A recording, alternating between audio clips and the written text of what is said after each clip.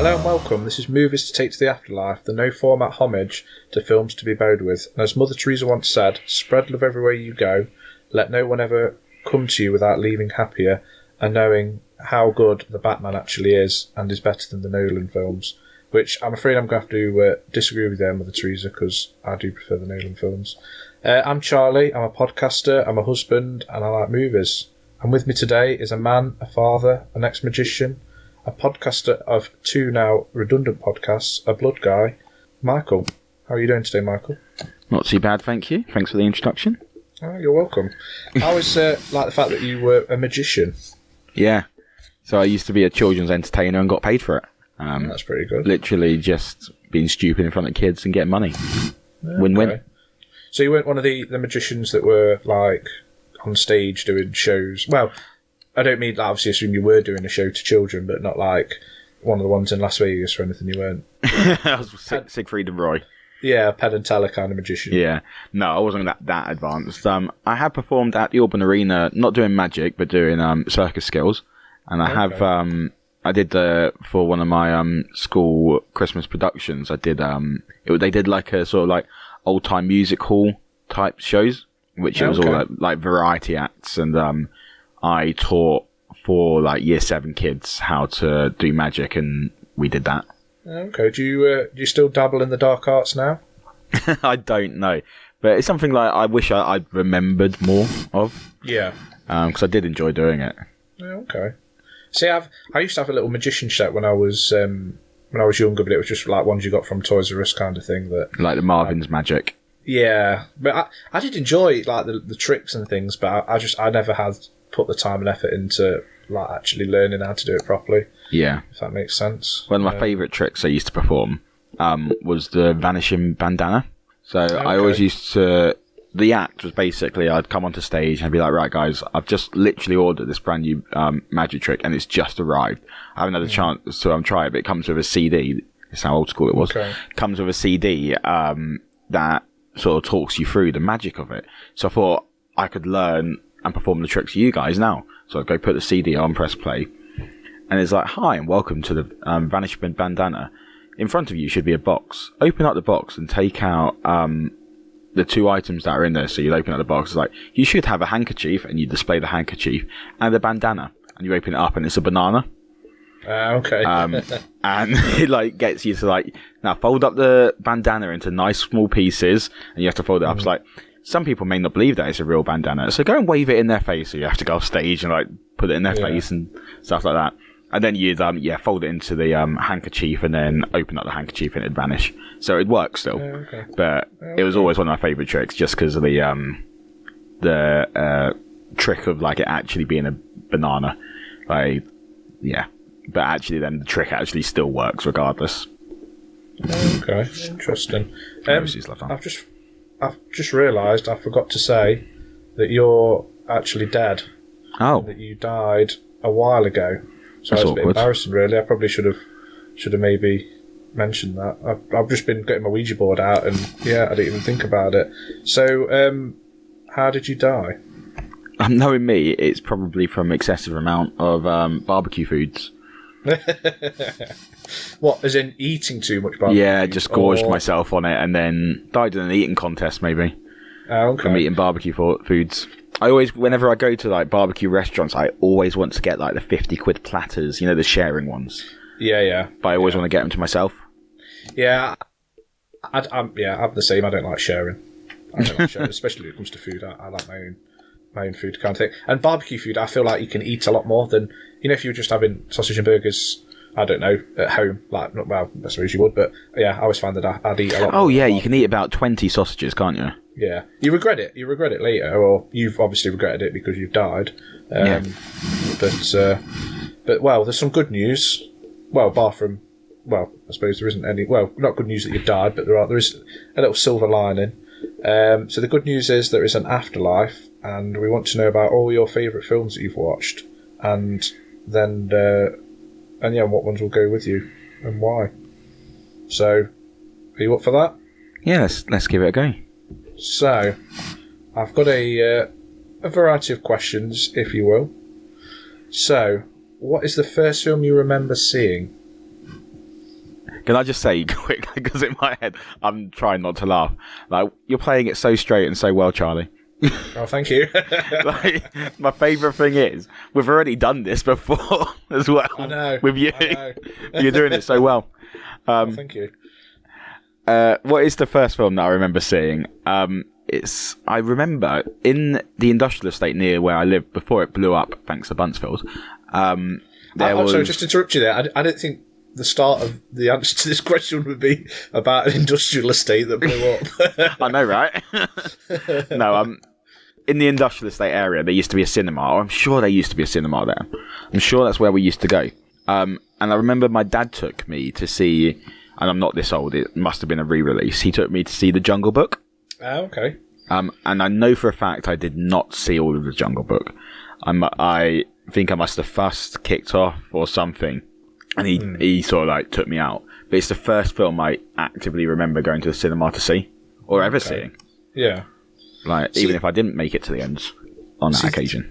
The Jungle, I mean, I have seen it, but I don't remember it because it was like, I probably would have been a kid the last time I watched it, kind of thing.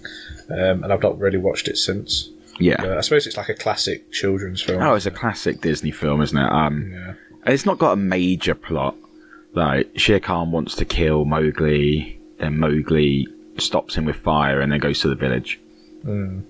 That's about it. Yeah. Well, I suppose it can't be too over complex, can it? With it sort of being aimed at children. No, and I think like the Rudyard Kipling sort of Jungle Book, it's a series of like short stories within it. I'm sure I've read some of them, but yeah, I'm sure it's like a series of short stories. So like they've tried to put some of the stories together to make coherent sense as possible. Okay. But yeah, that was the first one I do remember seeing. Very good. So next one, what was the film that scared you the most? I've got two answers for this. Okay. When I was younger again, Yeah. I believe it was 98 the film came out, Jumanji. Oh, good film. That was on telly the other day, actually. I started watching a bit of it. It is a fantastic, one of Robin Williams' greatest films. Yeah. And what's her name? Kristen Dunst. Yeah, she was like 10 in it. Yeah, really young. Yeah.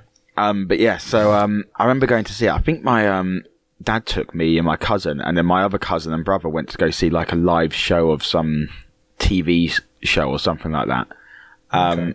But I remember being absolutely terrified by like the idea of turning into a monkey, the idea of falling through. Like, I used to chuck books onto the floor because we used to live in a flat. I used to chuck books on the floor and walk on top of books in case the floor started sinking, and then that way I'd have a chance to get to my bunk bed or something.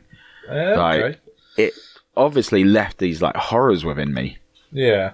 Do you still do that now? Yeah. No, I've grown out of it now. But I was a weird child. I used to be afraid of the idea of the headless horseman that would come around and chop off my head. So I used to make sure I slept with the duvet cover, so it was literally covered right up to my neck, so the horseman would think I was already had my head chopped off. Okay. Oh, fair enough. But yeah, second part to that question is obviously I grew out of that, and then I remember being ill from school one day, and I was upstairs in my room, and I decided to watch the first Final Destination film for the first time. Okay. And dear God, did it terrify me, especially when that guy slipped in the shower and then the cord got wrapped around his neck. Yeah. Absolutely gave me nightmares. Oh, really? Yeah. Now I watch it. Yeah, nightmares properly scared me. But was that because you think, I'm worried that might happen to me kind of thing? No, because we didn't have like a shower cord. Okay. But I don't know what it was that terrified me about it, but I used to have nightmares about it. I remember it was a very unique idea for a film at the time, wasn't it?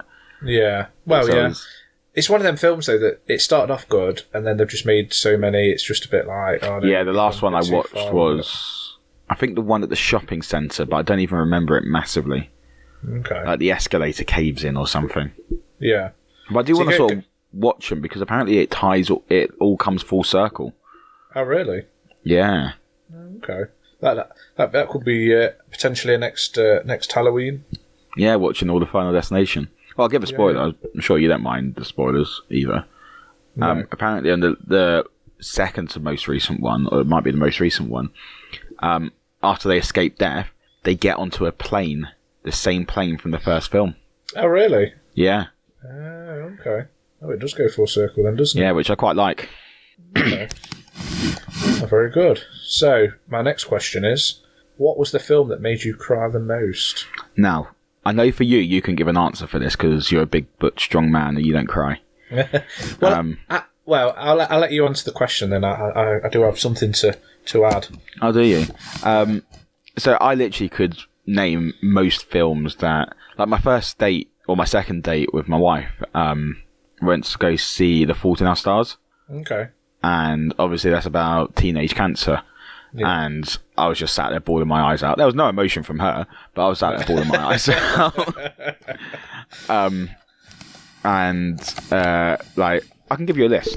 So, Avengers Endgame, I'll always cry at. Like, it's just so harrowing, that scene, obviously, when, who cares about Black Widow? I'm about Iron Man, obviously. When she dies, absolutely harrowing. Even in the film before, when, God, I can't remember her name now, Gamora dies. Like, I thought that was quite harrowing, sort of like shocking and unexpected. See, the bit for me in Endgame that it's not made me cry, but it brought a tear to my eye is the. I mean, are we? Oh, well, you've said that, so we're kind of. It's been out enough. There's going to be spoilers in this episode. So so there's going to be spoilers. Skip ahead if you're not interested. Yeah, but where obviously Captain America's shield's been damaged, and he says, "Look to your left," and then they all fly through the sort of things like that. To me, that's like. That's like a proper happy cry, I imagine. Yeah, that was a happy cry. That was like I could feel like my goosebumps and like, and I've never ever since or before felt like that in a film. Like it was like it was overwhelming. Like really, really, really good. Well, the latest Thor film, Love and Thunder, got me crying. I literally went to go see that film alone as well, and I was sat in the cinema crying by myself. You're an emotional guy, Mike, aren't you? Oh, I know. So let's go through some of the history. Anyone talks about My Girl, I instantly think of have you ever seen My Girl? No. Oh, it's an old 90s film with Macaulay Culkin, which he forms like this friendship with a girl, and then near the end of the film he gets stung by some bees and dies due to an allergic reaction. And then at the funeral the girl starts crying because he's not wearing his glasses. It's an open coffin, and she's literally there saying he can't see without his glasses. He can't see without his glasses, and it's honestly one of the most heartbreaking things in the world. Even if you've not watched the film, you can just see that clip isolated, and it's so well done. Okay. So yeah, move on to the list. Littlefoot's mother dying in The Land Before Time. Yeah, I don't think I've seen that film. All right, this one you definitely would have done. Simba's dad dying in The Lion King. Yeah. Every time I see that film, I cry at that scene. I cried. Would you cry if you went to see The Lion King on stage? I was literally about to say I cried when I saw it on stage, and I cried when I saw the live action one. Yeah. Oh, okay. Every time. Fair it's enough. Like, Dad, wake up, and it gets me. So yeah, I cry a lot of films, but justifiably, in my opinion. Yeah, I mean, each to their own, I suppose. I think I even cried at Casper when her dad her dad comes back to life instead of Casper, and it's like it was emotional. Oh, okay. So yeah. Well, you must get through some tissues when you go to the cinema. I know, but oddly, I went to go see Black Panther 2 and not a single tear, and I really thought I was going to absolutely bawl my eyes out. With what's happened involving Black Panther, with obviously the original Black Panther, but okay, fair enough. So my next question is, what film do most people hate but you love? This one, when I text you through the answers, spoiler alert, you do know the answers, you said you absolutely love this film. Yeah. It's got an approval rating on Rotten Tomatoes of 37%, so it's clearly not well liked. I mean, it's not a film that's known it's going to win an Oscar. Yeah. Maybe it's one of those like cult classics. So I'm losing confidence in my answer, but my answer is Hot Rod. Yeah, I think it's a great film. I absolutely love it. Yes, the plot's thin. Yes, it's... Yeah. But yeah, I absolutely love it. Yeah, I think it's good. And I didn't see it, like, obviously when it first came out. I got recommended to it by one of my friends who absolutely loved it. So I watched it years after it had come out. But and to be honest, I've not seen it in years. I've not seen it in quite a few years now. So that might be I need to make a note, because we talk about all these films and you recommend all these films to watch, and I'm like, oh yeah, I want to watch that, and then we'll come to the end of the podcast and then we'll pack up or whatever, and I think, I can't remember any of them films that Mark's told me to watch. But, you still need to see Bullet Train, my film of last year. Yeah, I do want to watch that one. I keep seeing... Yeah, go on. No, you go on, Charlie. You go on. I'll go on. I'm presenting. I'll go on. No, we're just saying with Bullet Train, I keep seeing clips coming up on YouTube. I keep watching, but I try not to because I don't want to ruin it for myself. Yeah. No, with regards to Hot Rod, though, I think it's so funny. The music and soundtrack are amazing. It's 95% Europe who do the final countdown, and some of the songs are just absolutely phenomenal. Jericho is one of my favourite songs from the soundtrack. But yeah, and then also my favourite song from the soundtrack is "You're the Voice," in which I'm sure you might remember it. It's the scene in which they're going to do the big stunt and all the crowd's gathering behind them and You're the Voice is playing in the background, and there's some choir singing it as well, and then suddenly it turns into a massive riot. Oh, really? I just absolutely find it so funny. Yeah, I love it. Okay. Good answer, Marco. Good answer. So, next question is, what is the film you once loved watching, but you now realise it's terrible? So you've put Bullet Train. So I don't know what's going on there, Are you joking? No, this film is the Mighty Morphin Power Rangers movie. The first one. Turbo Power Rangers movie was an absolutely atrocious film. But the first Power Rangers film, I watched it religiously as a kid. I'd probably say it was a film that I watched at least once a week. Oh, wow, okay. Absolutely obsessed with it. I remember going to the cinemas to see it and getting my photo taken with the Power Rangers. Absolutely loved it. And then for my old podcast, we did a top 5 childhood movies.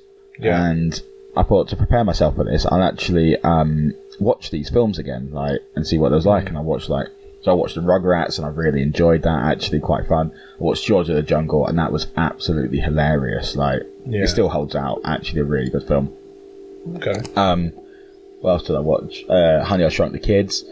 No, it was Honey, I Blew Up the Kid, and I even enjoyed that. But then I went to watch Power Rangers, and I gave up after just after Zordon died. I gave up, and I was just like, it's absolutely awful. It's just not watchable.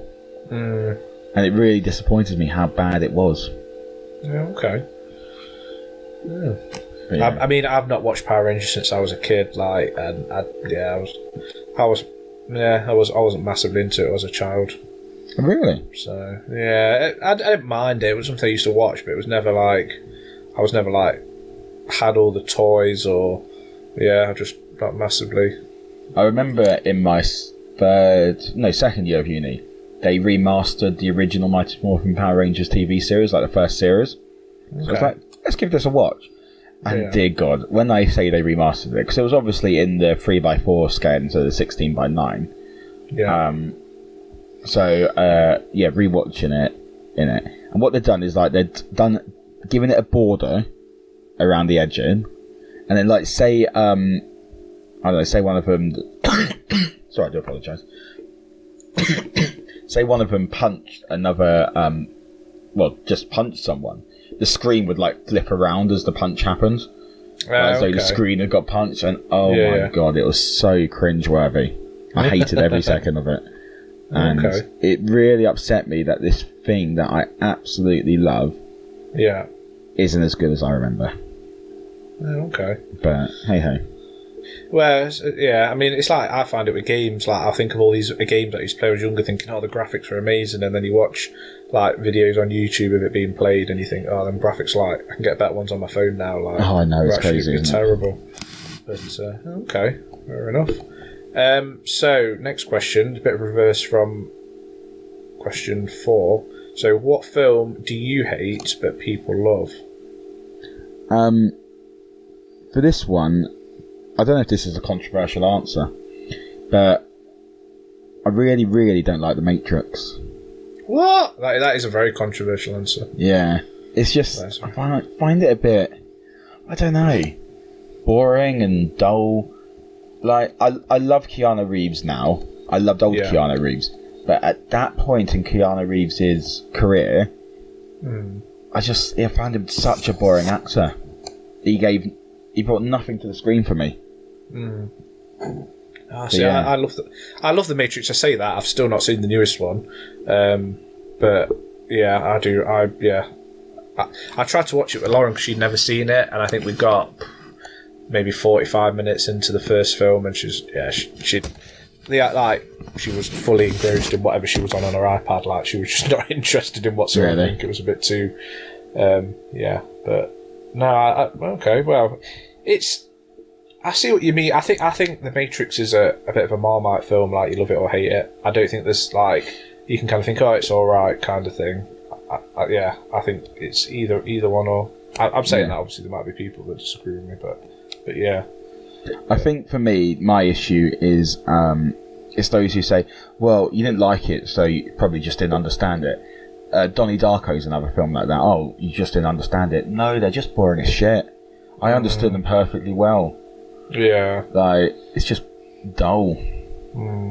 See, I like The Matrix more for the sort of, at the time, it was quite like the action and the, you know what I mean, like the graphics and the CGI and stuff like that, which now, but I mean, to be honest, I still think it stands up quite well compared to modern films. Like, oh yeah, it does. The bullets scene is absolutely phenomenal. For me, the best thing that The Matrix has done, though, is the PS2 game Enter the Matrix. That was a brilliant game. That was phenomenal. Really good. Absolutely phenomenal. I used to like to do all the the cheats where you could like have unlimited, because you had that thing where you could do the slow motion thing, but you had like a bar, didn't you? You could do unlimited that, so you could just like fucking roaming around, just running up walls and shooting and things. No, I absolutely loved it. Yeah, no, that was good. I did enjoy that. So I think I'm going to end the episode here. Okay. And then we shall do part 2. If you're in agreement with that. So I am in agreement. I was literally about to say the exact same thing. So thank you everyone for listening, and tune in next week for part 2. See you later. Thanks for listening. Bye.